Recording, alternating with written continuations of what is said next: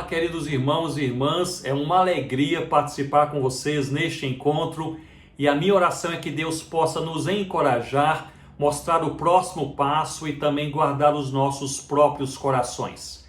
Que ao fim do dia possamos ser fortalecidos pelo Espírito Santo para podermos amar, seguir e servir o Senhor Jesus com tudo que somos, com tudo que fazemos, com tudo que temos para a glória de Deus.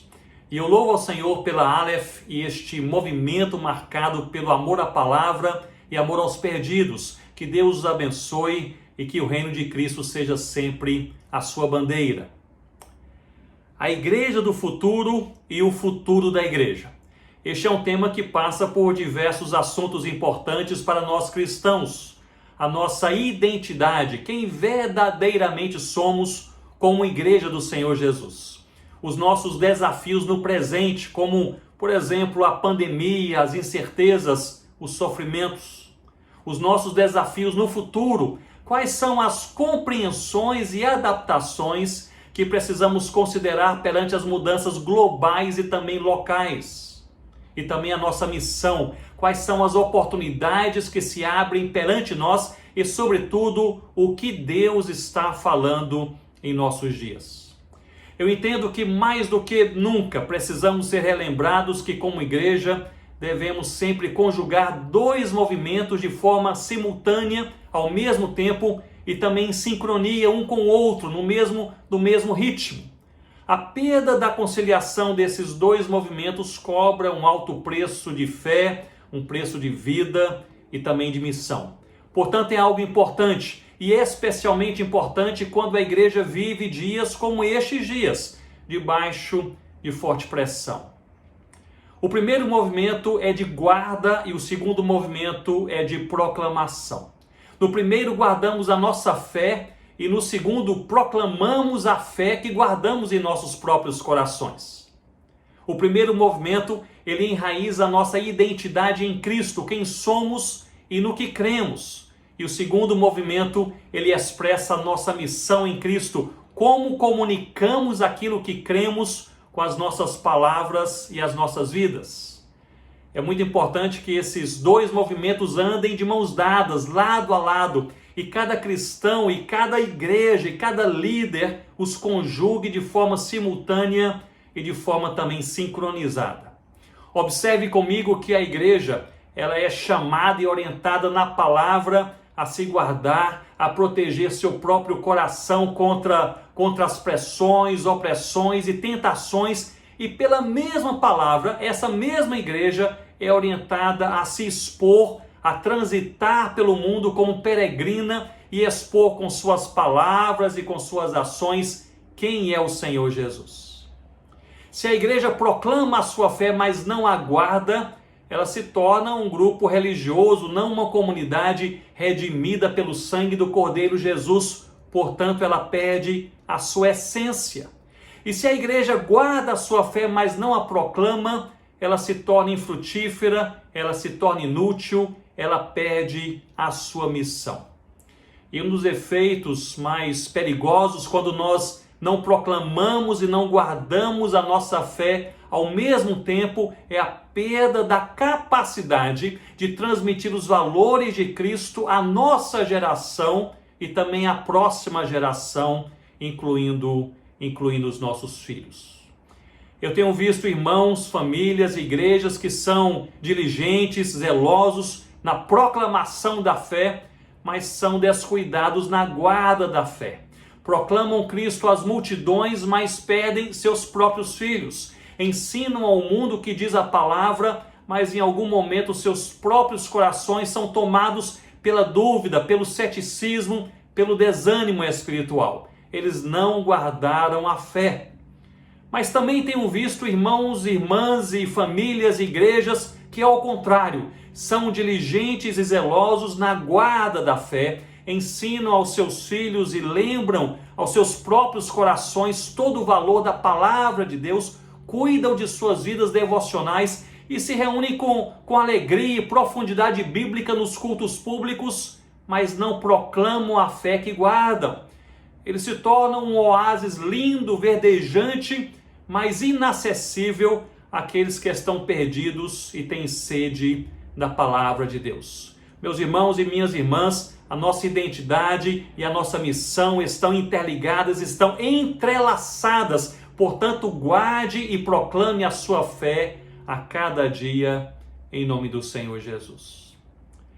Eu convido neste momento a abrir comigo a sua Bíblia em um fascinante texto da palavra de Deus, quando o povo de Deus se prepara para entrar em uma nova era, em uma nova fase, uma nova estação em sua vida e história.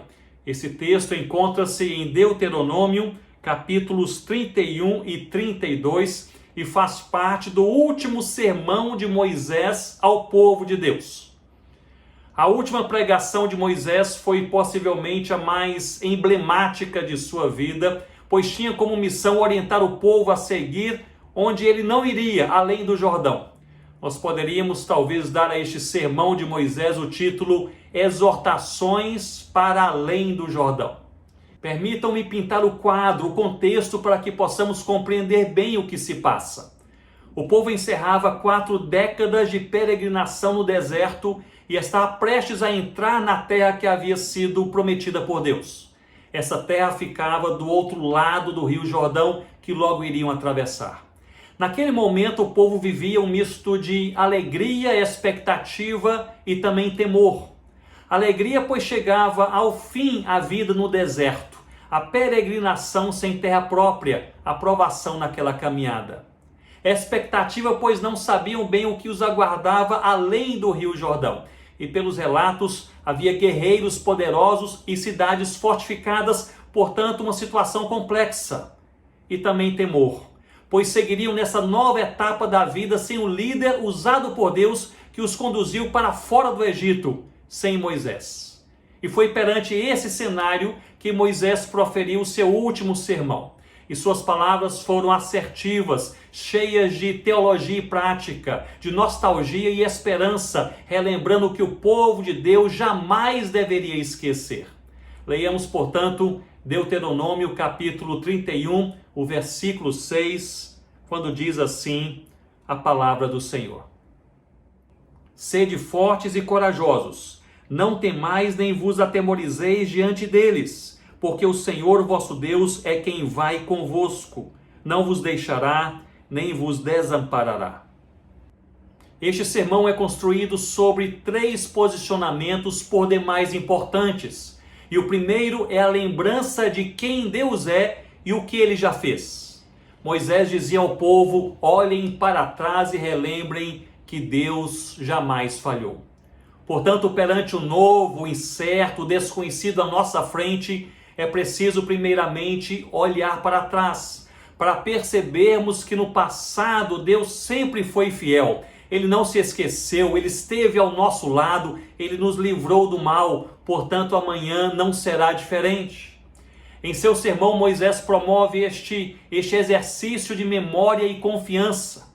Observem comigo que no capítulo 31, no versículo 4, Moisés diz: o Senhor lhes fará como fez ao rei dos amorreus, lhes dará a vitória. O Senhor lhes fará como já fez no passado em suas próprias vidas. E no capítulo 32, no versículo 7, ele diz: lembra-te dos dias da antiguidade. É uma exortação. Lembra-te dos dias da antiguidade. Vocês estão inquietos quanto ao futuro? Lembrem-se dos dias passados. Vocês estão agitados quanto ao que os espera além do Jordão? Lembrem-se que Deus já os conduziu em outra travessia. Vocês estão angustiados com o poder dos inimigos que os aguarda? Lembrem-se que Deus já derrotou os egípcios e os amorreus. Lembrem-se dos dias da antiguidade. Nós somos convidados a fazer este exercício de fé a cada novo momento de nossas vidas. A lembrança das verdades de Deus alimenta a nossa fé. Portanto, meu irmão, ao se preparar para seguir adiante, olhe para trás. Veja o quanto Deus foi fiel. Ele guardou a sua vida, alimentou a sua alma, proveu além das suas necessidades. Lembre-se que ele jamais falhou, jamais se ausentou, ele jamais deixou de amá-lo, ele jamais deixou de amá-la. A certeza do que Deus fez no passado e a convicção de que ele jamais muda é a segurança que nos dá paz. Eu repito, a certeza do que Deus já fez no passado e a convicção de que ele, Deus, jamais muda é a segurança que nos dá paz. Se a sua alma se sente aflita e seus pensamentos abraçam a ansiedade, inunde a sua mente com as lembranças do que Deus já fez em sua vida e na história do seu povo.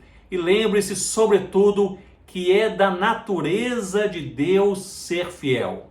É da natureza de Deus ser fiel. Deus há de cumprir tudo aquilo que ele prometeu. Eu entendo que há uma clara e curiosa ligação na palavra de Deus entre a fé e o descanso.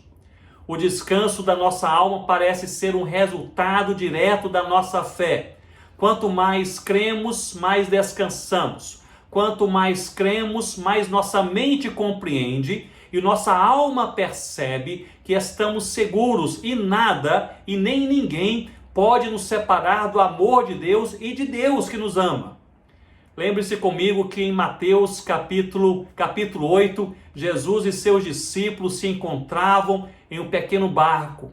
E perante uma forte tempestade, quando os discípulos aflitos pensaram que iriam morrer, eles aflitos acordam a Jesus. Jesus então acalma o vento e o mar e questiona os discípulos.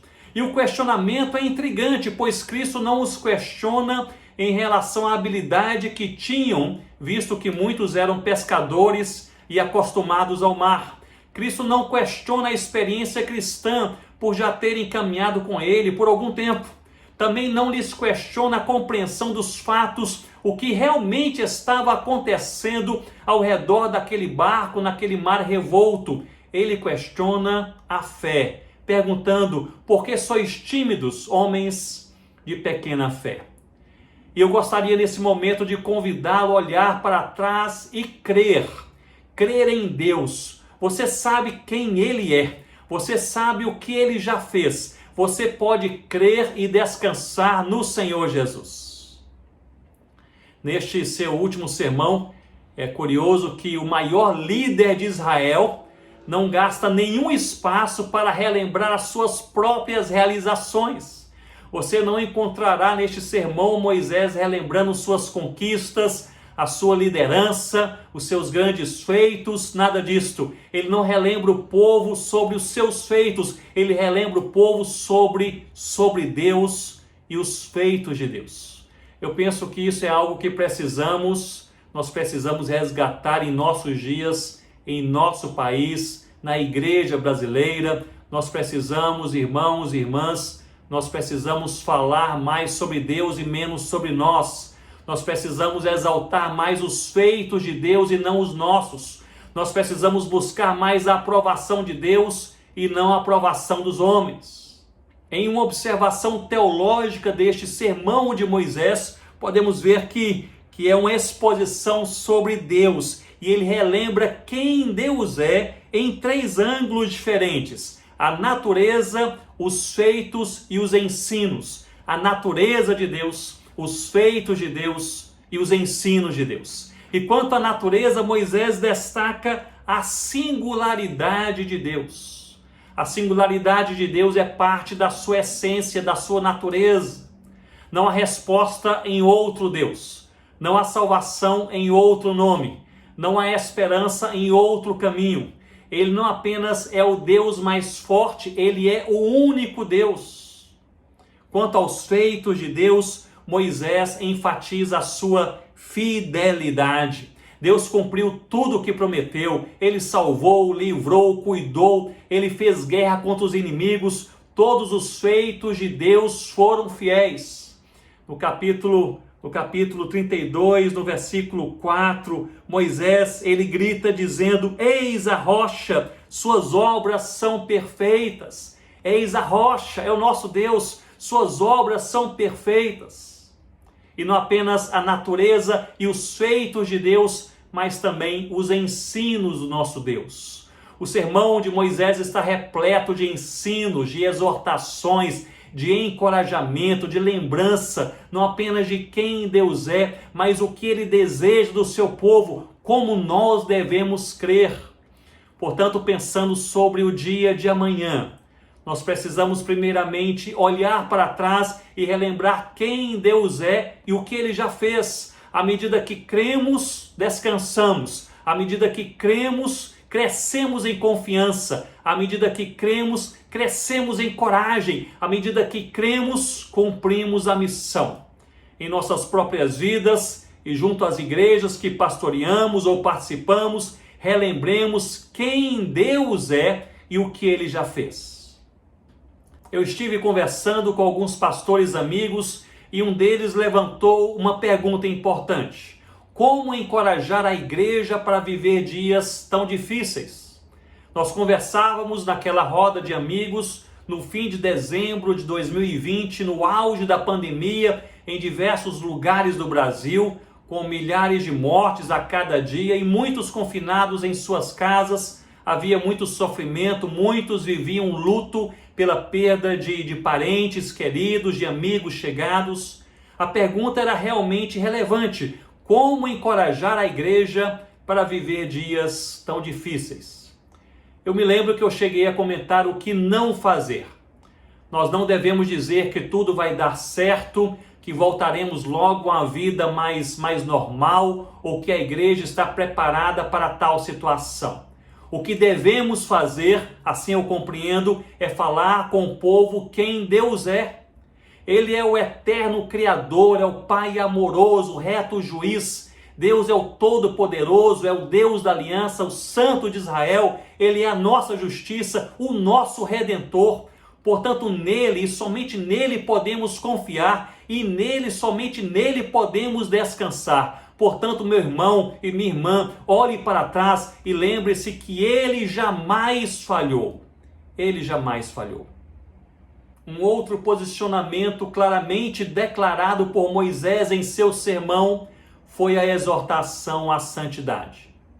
Em suas últimas palavras, ele gasta mais tempo falando sobre consagração do que falando sobre habilidade.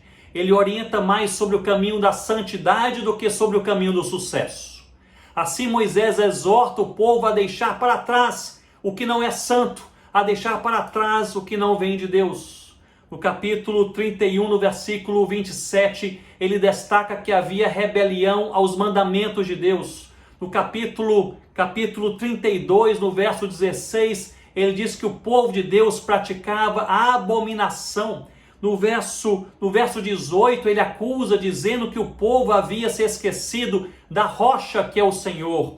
E no verso 20, ele afirma que havia mais lealdade ao mundo do que lealdade a Deus. Portanto, Moisés denuncia o pecado e exorta o povo a se quebrantar, a abandonar as ofensas a Deus e a buscar a santidade ao Senhor. Ou seja, eles não deveriam cruzar o Jordão levando as práticas do pecado. Eles deveriam deixá-las para trás. Deixá-las para trás. Meus irmãos, nos capítulos 31 e 32 deste livro, nós vemos que Moisés fala especialmente contra a idolatria, a prostituição e a deslealdade. O pecado contra Deus, contra o corpo e contra o próximo.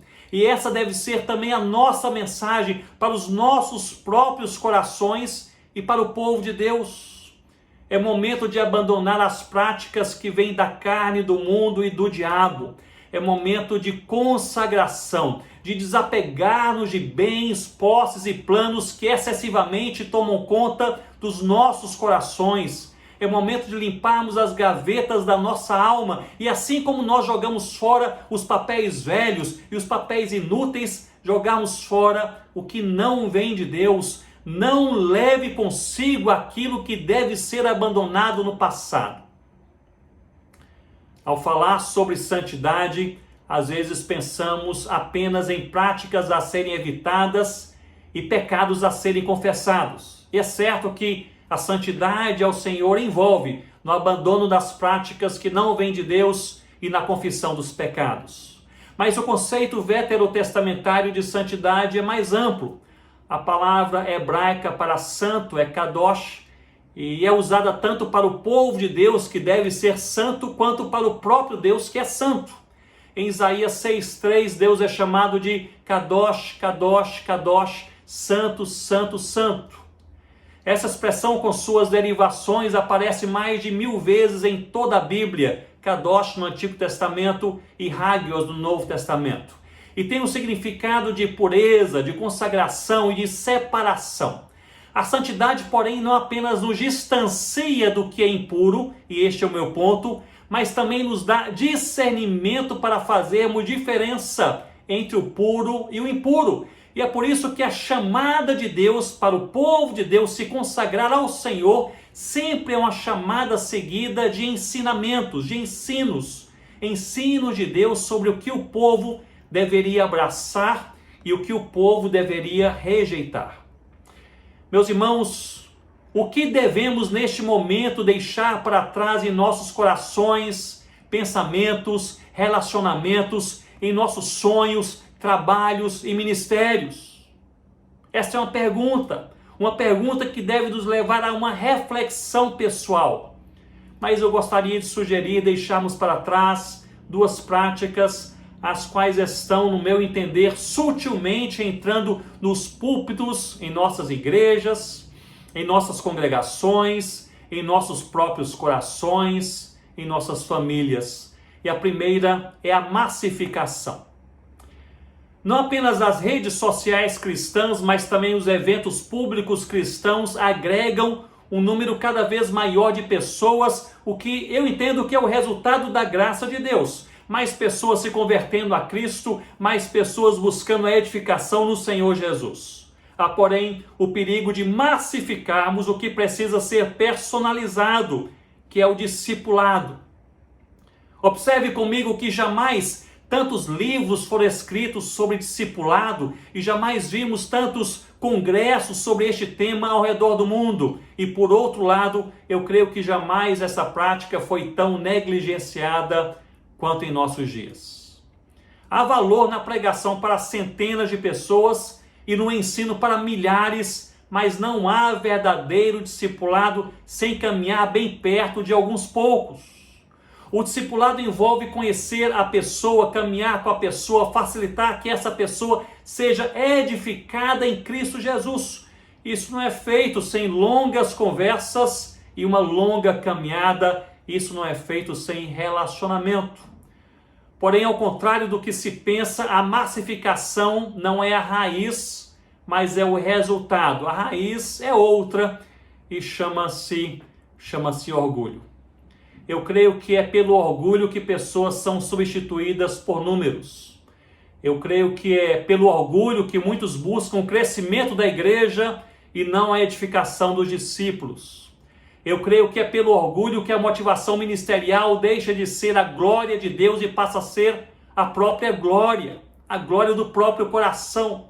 Eu creio que é pelo orgulho que muitos estão dispostos a pagar o preço que for necessário pelo sucesso pessoal, mas poucos estão dispostos a pagar o preço pelo sucesso do outro, pela edificação do outro.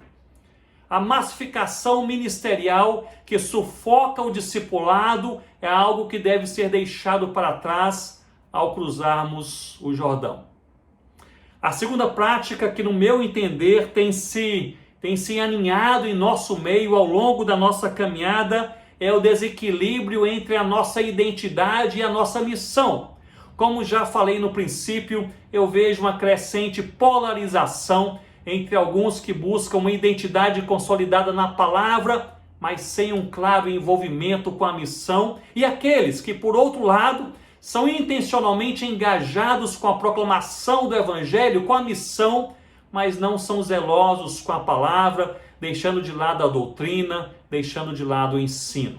Isso gera um desequilíbrio importante entre identidade e missão. Gera grupos e igrejas que conhecem a fé cristã, sabem aplicá-la e defendê-la, mas não são sal que salga e luz que brilha, pois são luz para a própria igreja, mas não são luz para o mundo. Por outro lado, Grupos e igrejas que anunciam com zelo e habilidade o evangelho ao mundo, experimentam um rápido crescimento e alcançam as nações, mas os fundamentos são fracos. O povo não sabe bem em que crer e como crer. Assim, este povo é levado de um lado para o outro lado por estranhas doutrinas que são vendidas em toda parte. Nós precisamos de discernimento, santidade que nos leva a enxergar o que falta, os perigos nas esquinas, as carnais tendências do nosso próprio coração, as carnais tendências do nosso coração em relação àquilo que somos, aquilo que temos e aquilo que fazemos. Alguns anos atrás eu viajava por uma região indígena aqui no Amazonas, uma viagem pelo rio, e ao longo daquela viagem com a canoa motorizada, eu parei à noite para pernoitar em uma aldeia. Era uma aldeia conhecida, a aldeia porém estava cheia, pois indígenas de outras regiões também estavam em viagem e pernoitavam ali. Era um local estratégico. E assim foi sugerido que eu pudesse dormir em um local um pouco mais retirado naquela aldeia.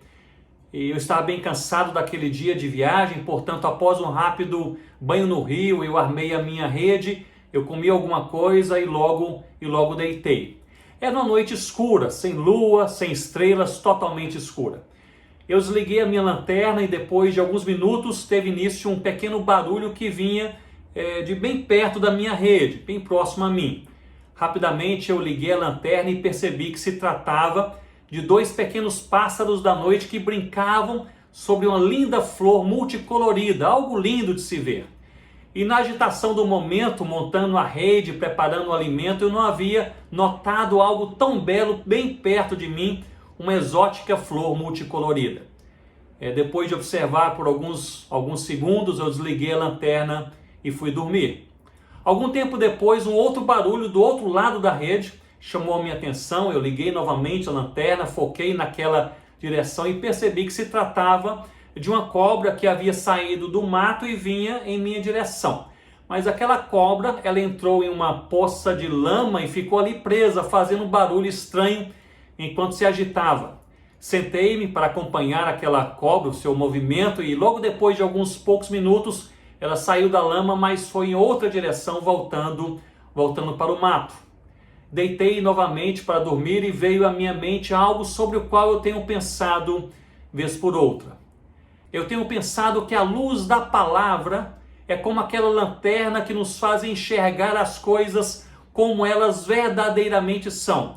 Faz-nos enxergar tanto a beleza da flor quanto o perigo da cobra. Faz-nos enxergar tanto a bondade de Deus quanto o perigo do pecado.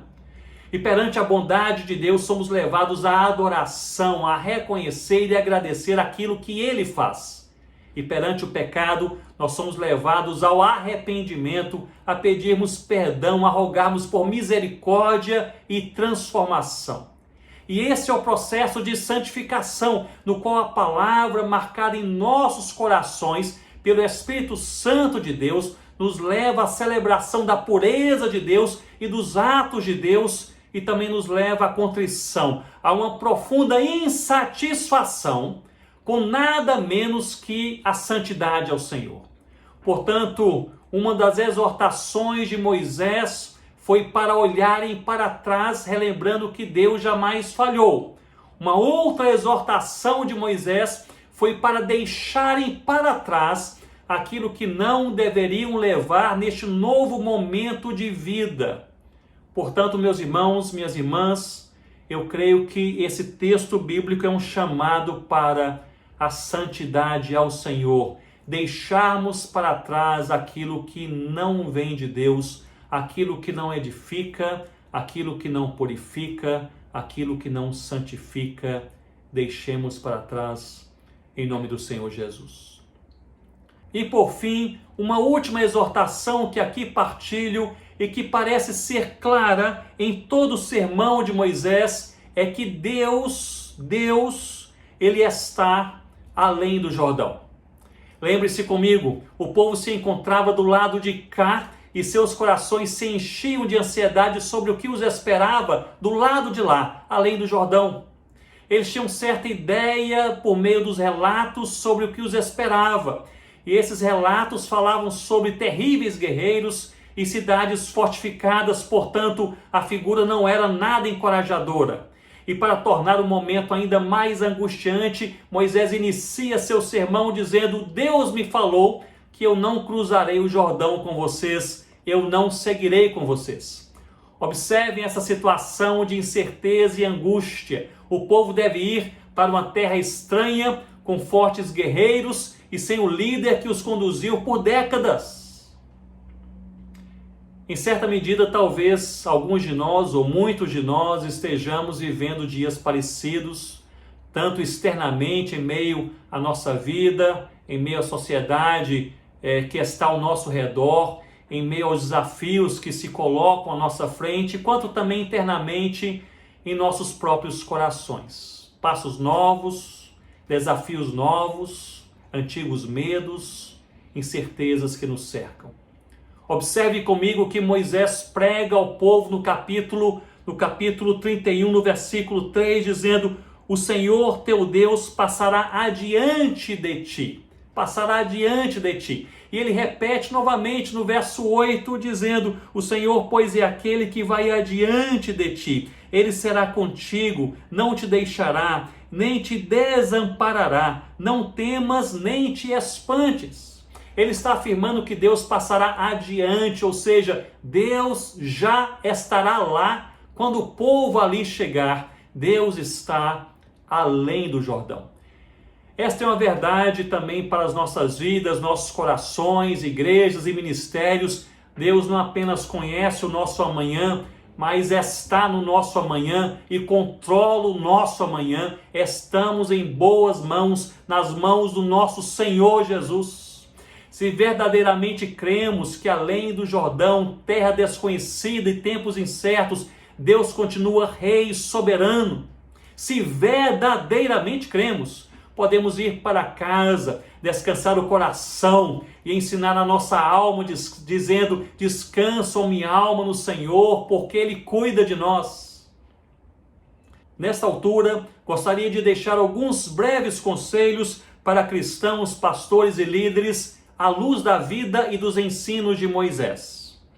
Primeiro, não importa mais o que você faça, priorize fazer discípulos. Se você observar, Moisés deixou muitos discípulos e de forma especial Josué.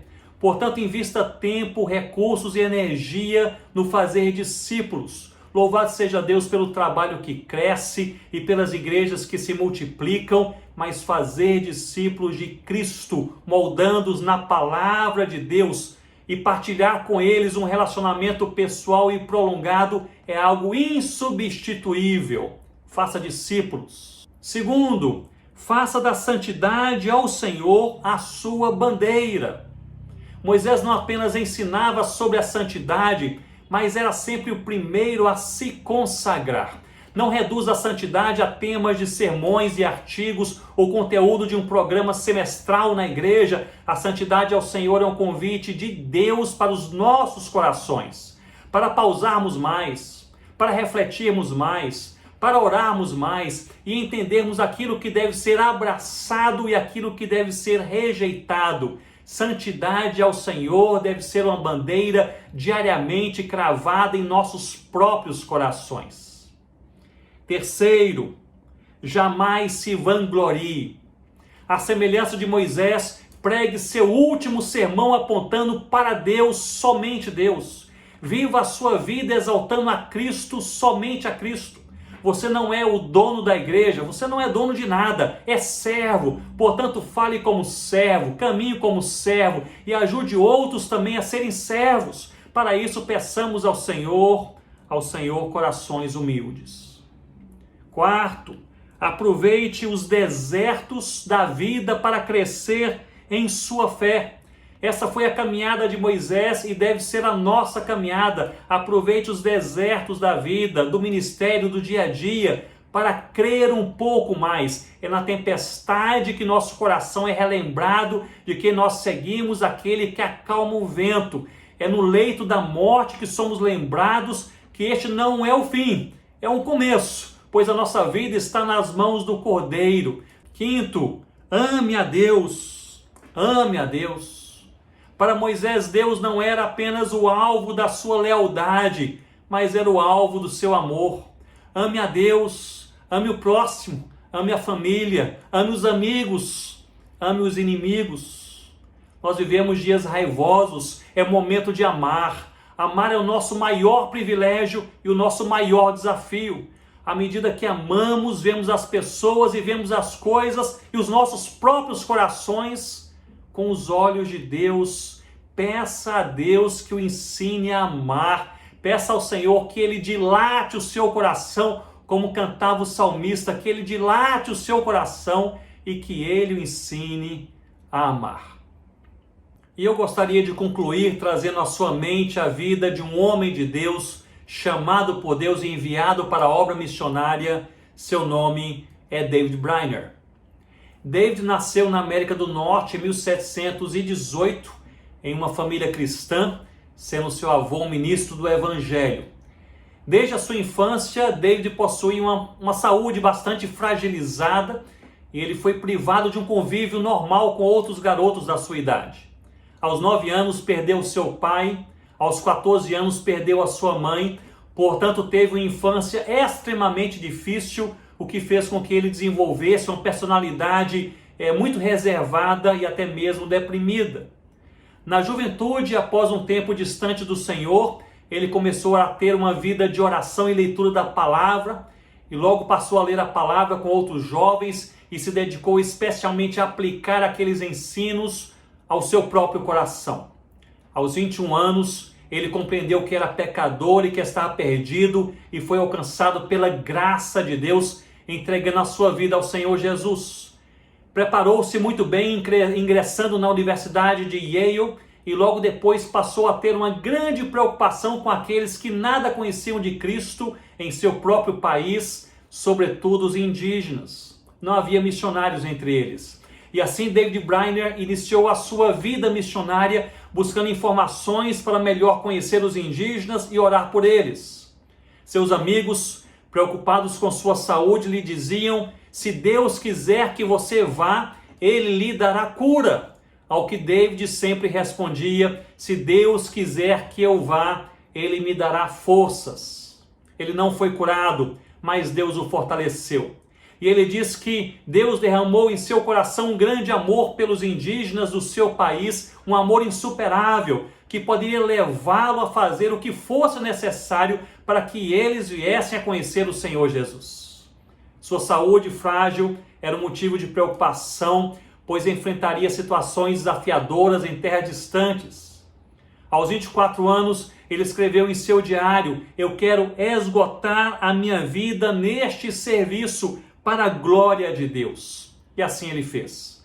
Passou a viajar a distâncias enormes, a pé ou a cavalo, atravessar florestas em pântanos, dormindo sempre ao relento em alguma barraca improvisada.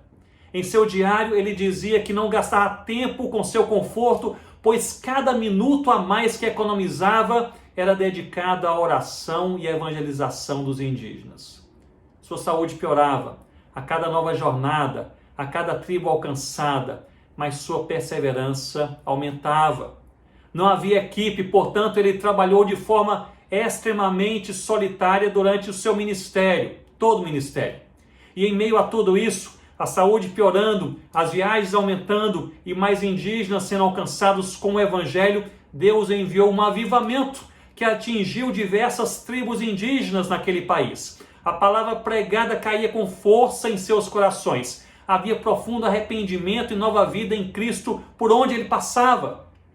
Jonathan Edwards, cuja filha era noiva de David Brainerd, escreve que este avivamento tocou milhares e milhares de vidas de maneira formidável. Muitos vinham de terras distantes para ouvir a David Brainerd, que falava com voz mansa e muitas vezes debilitada pelas enfermidades. Mas o vento soprava, o Espírito Santo convencia o povo e muitos se convertiam ao Senhor Jesus. Em certos encontros, durante a pregação de David Brainerd, era comum ouvir altos gritos dos indígenas pedindo misericórdia a Deus e abraçando a fé no Senhor Jesus. O vento soprava com força naqueles lugares. David Brainerd caminhava cada vez mais debilitado. Ele mantinha um diário no qual registrava seus pensamentos, as suas convicções e também as suas lutas. Diversas vezes relatou sobre sua angústia, pois ele sofria com uma depressão crônica. Ele teve um ministério curtíssimo e veio a morrer aos 29 anos com tuberculose na casa de Jonathan Edwards.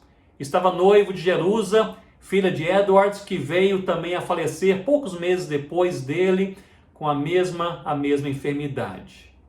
Apesar do pouquíssimo tempo de ministério, sua vida inspirou o próprio Jonathan Edwards e diversos outros ministros como John Wesley, William Carey, Jim Elliot e outros vários que até hoje falam sobre o impacto da vida e do testemunho de David Brainerd em suas próprias vidas e ministérios.